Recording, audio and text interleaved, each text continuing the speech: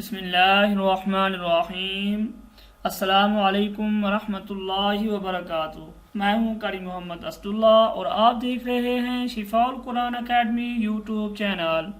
ناظرین، آپ کو پتہ ہے میں ویڈیو سے پہلے وظیفے سے پہلے ایک واقعہ بیان کرتا ہوں۔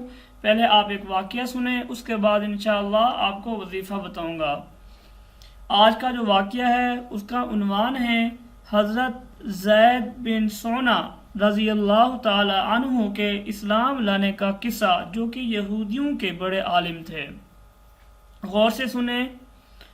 حضرت عبداللہ بن سلام رضی اللہ تعالی عنہ فرماتے ہیں کہ جب اللہ عز و جل نے حضرت زید بن سونا کو ہدایت سے نوازنے کا ارادہ فرمایا تو حضرت زید بن سونا نے اپنے دل میں کہا کہ حضور صلی اللہ علیہ وسلم کے چہرے پر نگاہ پڑتے ہی میں نے نبوت کی تمام نشانیوں کو حضور صلی اللہ علیہ وسلم کے چہرہ میں پا لیا تھا، لیکن دو نشانیاں ایسی ہیں جن کو میں نے آپ میں ابھی تک آزمایا نہیں ہے۔ ایک تو یہ کہ نبی کی بردباری اس کے جلد غصہ میں آ جانے پر غالب ہوتی ہے، دوسرے یہ کہ نبی کے ساتھ جتنا زیادہ نادانی کا معاملہ کیا جائے گا اس کی بردباری اتنی بڑھتی جائے گی۔ چنانچہ ایک دن آپ حجروں سے باہر تشریف لائے، آپ کے ساتھ حضرت علی بن ابی طالب رضی اللہ تعالیٰ عنہ بھی تھے۔ آپ صلی اللہ علیہ وسلم کے پاس ایک آدمی اونٹنی پر سوار ہو کر آیا جو بظاہر بدو معلوم ہوتا تھا۔ اس نے کہا، یا رسول اللہ، فلاں قبیلہ کی بستی میں میرے چند ساتھی مسلمان ہو چکے ہیں۔ میں نے ان سے کہا تھا کہ اگر وہ اسلام قبول کر لیں گے تو ان پر رزق کی بڑی وسعت ہو جائے گی، لیکن اب وہاں کا سالی آ گئی اور بارش بالکل نہیں ہو رہی ہے۔ یا رسول اللہ صلی اللہ علیہ وسلم، مجھے اس بات کا خطرہ ہے کہ جیسے وہ لالچ میں آ کر اسلام میں داخل ہوئے، اسی طرح لالچ میں آ کر کہیں وہ اسلام سے نکل نہ جائیں۔ اگر آپ مناسب سمجھیں تو ان کی مدد کے لیے کچھ بھیج دیں۔ آپ کے پہلو میں جو آدمی تھا، آپ نے اس کی طرف دیکھا۔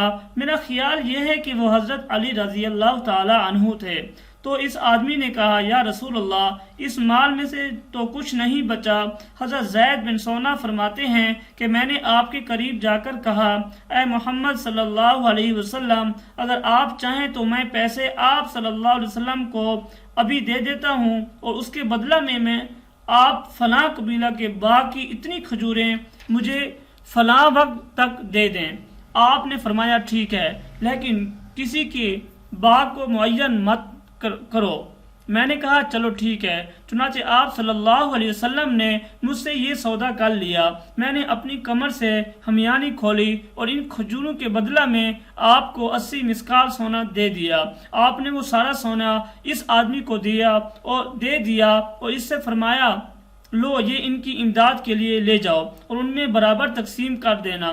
حضرت زید بن سونا فرماتے ہیں کہ مقررہ میعاد میں ابھی 2-3 دن باقی تھے کہ حضور صلی اللہ علیہ وسلم باہر تشریف لائے اور آپ صلی اللہ علیہ وسلم کے ساتھ حضرت ابو بکر، حضرت عمر اور حضرت عثمان اور چند صحابہ رضوان اللہ علیہم اجمعین بھی تھے۔ جب آپ نماز جنازہ پڑھا چکے اور ایک دیوار کے قریب بیٹھنے کے لیے تشریف لے گئے تو میں نے آگے بڑھ کر آپ کا گریبان پکڑ لیا اور غصہ والے چہرے سے میں نے آپ کی طرف دیکھا اور میں نے آپ صلی اللہ علیہ وسلم سے کہا، او محمد، آپ میرا حق کیوں ادا نہیں کرتے ہیں؟ اللہ کی قسم، تم اولاد عبد المطلب نے تو ٹال مٹولی کرنا ہی سیکھا ہے اور اب ساتھ رہ کر بھی یہی نظر آیا ہے۔ اتنے میں میری نظر حضرت عمر پر پڑی تو غصہ کے مارے ان کی دونوں آنکھیں گول آسمان کی طرح گھوم رہی تھیں۔ انہوں نے مجھے گھور کر دیکھا اور کہا، اللہ کے دشمن، تو اللہ کے رسول صلی اللہ علیہ وسلم کو وہ باتیں کہہ رہا ہے جو میں سن رہا ہوں اور ان کے ساتھ وہ سلوک کر رہا ہے جو میں دیکھ رہا ہوں۔ اگر آپ کی مجلس کے ادب کا لحاظ نہ ہوتا تو ابھی اپنی تلوار سے تیری گردن اڑا دیتا۔ اور حضور صلی اللہ علیہ وسلم مجھے بڑے سکون اور اطمینان سے دیکھ رہے تھے۔ آپ نے فرمایا، اے عمر، مجھے اور اسے کسی اور چیز کی ضرورت تھی، مجھے تو تم اچھی طرح اور جلدی ادا کرنے کو کہتے اور اسے ذرا سلیقہ سے مطالبہ کرنے کو کہتے۔ اے عمر، انہیں لے جاؤ اور جتنا ان کا حق بنتا ہے وہ بھی ان کو دو، اور جو تم نے ان کو دھمکایا ہے اس بدلے میں ان کو 20 سا کھجور اور دو۔ حضرت زید فرماتے ہیں کہ حضرت عمر مجھے لے گئے اور جتنی میری کھجوریں تھیں وہ بھی مجھے دیں اور 20 سا کھجوریں مزید بھی دیں۔ میں نے کہا یہ زیادہ کھجوریں کیوں دے رہے ہو؟ حضرت عمر رضی اللہ تعالیٰ عنہ نے کہا کہ مجھے حضور صلی اللہ علیہ وسلم نے فرمایا تھا کہ میں نے جو تم کو دھمکایا ہے اس کے بدلے میں تم کو مزید کھجوریں بھی دوں۔ میں نے کہا اے عمر کیا تم مجھ کو جانتے ہو؟ حضرت عمر رضی اللہ تعالیٰ عنہ نے کہا نہیں۔ میں نے کہا میں زید بن سونا ہوں۔ حضرت عمر رضی اللہ تعالیٰ عنہ نے کہا وہ یہودی کے بڑے عالم؟ میں نے کہا ہاں وہی۔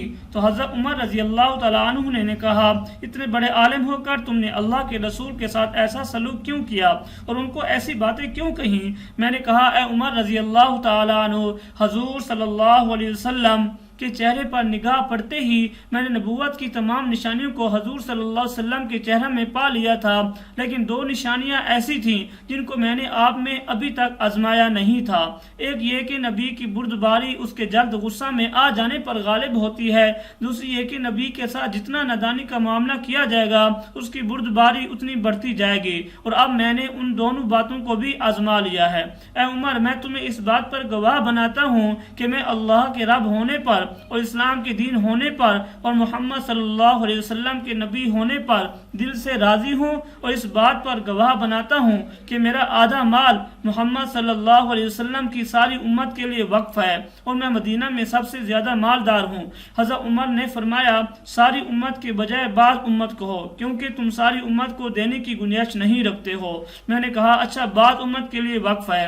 وہاں سے حضرت عمر اور حضرت زید حضور صلی اللہ علیہ وسلم کی خدمت میں واپس آ گئے، اور حضرت زید نے پہنچتے ہی کہا اشہد ان لا الہ الا اللہ و اشہد ان محمدن عبدہ و رسولہ، اور حضور صلی اللہ علیہ وسلم پر ایمان لے آئے اور آپ صلی اللہ علیہ وسلم کی تصدیق کی اور آپ کے ہاتھ پر بیعت کی، اور حضور صلی اللہ علیہ وسلم کے ساتھ بہت سے غزوات میں شریک رہے، اور غزوہ تبوک میں واپس آتے ہوئے نہیں بلکہ آگے بڑھتے ہوئے انہوں نے وفات پائی۔ اللہ تعالی حضرت زید پر اپنی رحمتیں نازل فرمائے۔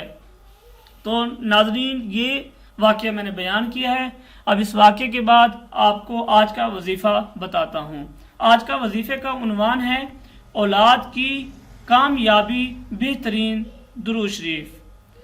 تو یہ درود شریف میں آپ کو بتاتا ہوں اور اس کا طریقہ بتاتا ہوں کہ کیسے یہ پڑھنا ہے، کس طرح پڑھنا ہے، یہ غور سے سنیں آپ۔ اگر کوئی شخص بعد نماز فجر اور بعد نماز مغرب 71 مرتبہ اور دیگر نمازوں کے بعد 7 بار یہ درود شریف پابندی سے پڑھا کرے تو انشاءاللہ العزیز اس کو اور اس کی اولاد کو معاشرے میں باعزت مقام حاصل رہے گا۔ درود شریف اس طرح ہے، غور سے سنیں۔ اللہم صلی علی سید العالمین حبیبک محمد و آلہ صلاۃ انت لہا اہل وبارک وسلم کذالک۔ پھر ایک دفعہ پڑھتا ہوں تاکہ آپ غور سے سنیں اور اچھی طرح یہ وظیفہ کریں۔ اللہم صلی علی سید العالمین حبیبک محمد و آلہ صلاۃ انت لہا اہل وبارک وسلم کذالک۔ اس کا ترجمہ اس طرح ہے، اے اللہ رحمت نازل فرما جہانوں کے سردار اپنے حبیب حضرت محمد صلی اللہ علیہ وسلم پر، آپ کی آل پر ایسی رحمت جو تیرے شایان شان ہو، اور اسی طرح برکت اور سلام نازل فرما۔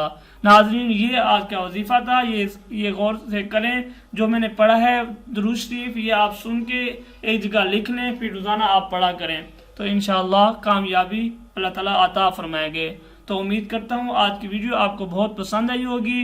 ساتھ ہی گزارش کرتا ہوں ویڈیو کو لائک کیجئے۔ اگر آپ کوئی وظیفہ آپ سننا چاہتے ہیں، کوئی وظیفہ آپ کو چاہیے، آپ کمنٹ میں کمنٹ کریں کہ ہمیں اس چیز کا وظیفہ چاہیے، ہمیں اس چیز کی ضرورت ہے، تو نیکسٹ ویڈیو آپ کے کمنٹ پر کر دوں گا۔ اور ساتھ ہی ہمارے چینل شفا القرآن اکیڈمی کو سبسکرائب کر لیجئے۔ انشاءاللہ نیکسٹ ویڈیو کے ساتھ حاضر ہوں گا۔